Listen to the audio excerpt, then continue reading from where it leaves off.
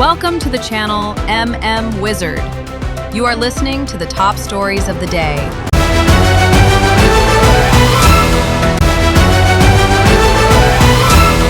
Miyangi awaba yenglaga mathang tha February taraga nithoi fawgi manung dalengak semlakani thajai Rameshwar Manipur da PR leirabasu mapu pandaba sapmanare leira kulak amatta yadre uful ngatngai PR lengak na kachin koya yawna changsinba ngamdabana miyangi awaba si urga lengak semlakani haibigi thajbalai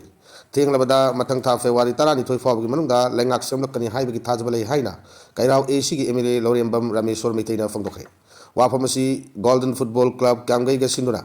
Club asigi ground ngasi loisin kiba 9-side Village Open Golden Football Trophy 2025-26 loisin bagi final match sanaram daida pami singa unabada fongdokibani mahangna makatana fongdokibada sports haibasidi jat bijat saksu khaidi nungsinana sanaminai Manipur gi mapana football kabadi cricket tongan tongan masana sing punna sanaminari maramasina sports Manipur da toklibi irang asi loisinaba honabada achoba thaudang lorakani haibagi thajabale haina fongdoki Wami singi hangbo hangi pau hum mahak na makatan hai lengak sembagi matang si MLA ama oina mayam na haina bada January kunma to mamang da singani haina tai Governor na su Delhi da laikre February 3 da yorabadi lengak sembagi matam ho kibana February 3 da yorabadi lengak sembagi matam hen kibana February 3 ni thoi pau bagi manung da lengak semlakani haibagi thajabale haina phongdok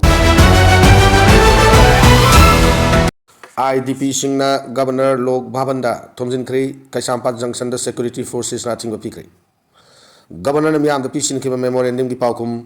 Hayang Aiba Cherolo de Pirakani, Hirakle Atoba. IDP Sing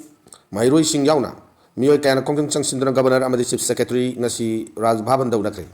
IDP Singi Hojik Ladiba, issue Singi Matanga, Government Ki Maike Administration Intervention Ampiu. Matam chana lokat from tok patabak sing lokat tabatara badi makatana IDP sing lambi da thorok thorok kongjang makatana changsilak loi haningai leiti haina kokomina thamkiba wa fongi matungina lengaki makedigi kariguma pakum amata pirak tabadagi haunaru batawdanga si masing yamla miyam thorok tuna Governor Lok Bhavanda thomjinki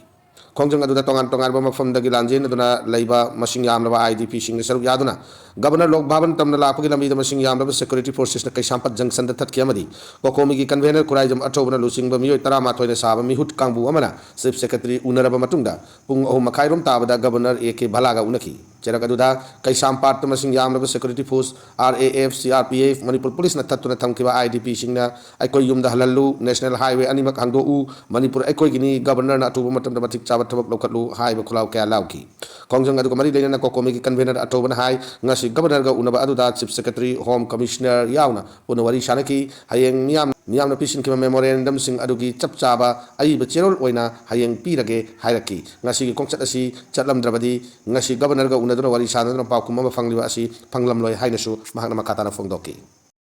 chief secretary su yaure aduga home commissioner su yaure aduga mokoi punna koi paminam hayeng si mayam na thangbiba memorandum sing sigi chapchaba in writing da ai bache oina hayeng pijarage hadana admaina haibire si amai pae ngasi salam da ta ga si pakum se koi phangam da si ai adu moina matam sangna na thailaga thaidoga moina mamang da press da thado ki statement ama leki bado adu da taisalaga moise dum pethoga leram baya bo ipium da le adu miyam hauduna ngasi namdana governor da pakum lobu se koi miyam ki mai pakum ne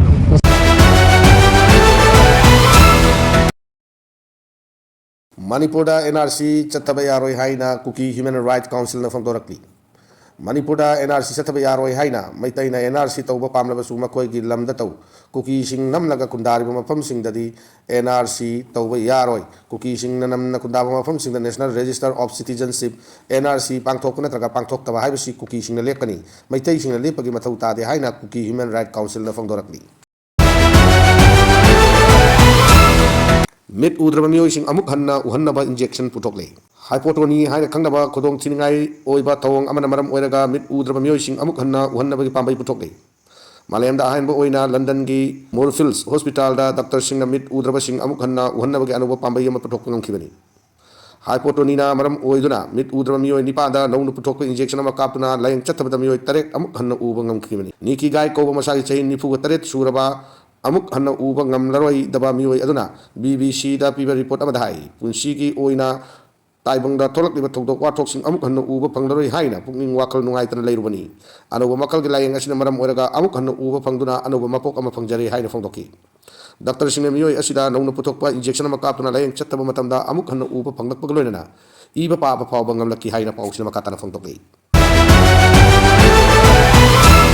ꯂꯩꯉꯥꯛꯀ ꯌꯥꯅꯕ ꯄꯨꯔꯛꯈꯤꯗ꯭ꯔꯦ petrol ꯄꯝꯁꯤꯡ ꯃꯈꯥ ꯇꯥꯅ ꯊꯣꯡ ꯂꯣꯟꯕꯒꯤ ꯐꯤꯕꯝꯗ ꯂꯩꯔꯦ oil pumpsing thong lon bagi matangda Manipur Lengaki Chief Secretary Punit Kumar Goyalna Mayai Tangbal Lauduna Manipur Petroleum Dealer Fraternity Mutsinga Wari Sanabada Warawisin Purakpa Ngamkidri Ngasi Nungtilpung Amatabada Chief Secretary CAF and PD Amadi Home Secretary Yauna Babu Prada Labor Secretary Tapang Tokiba Mifamaduda Dealer Singh Thamkiba Demand Singh Adukum Nakanaki Compensation Gimatangda Yanabakara Labidagi Makatana Wari Sanaki Gani Hai Amaronda Oil Pumpsing Thong Lon Kibidagi Miamna Thau Pangdabagi Awaba Mayok Naringashida Maman Helabasu Black Taki Petrol Thau Liter Amada Lupa Chama Yankaki Chama Marfu Pauba Marang Kaina Fangdi Haina Pausin Makatana Fongdogi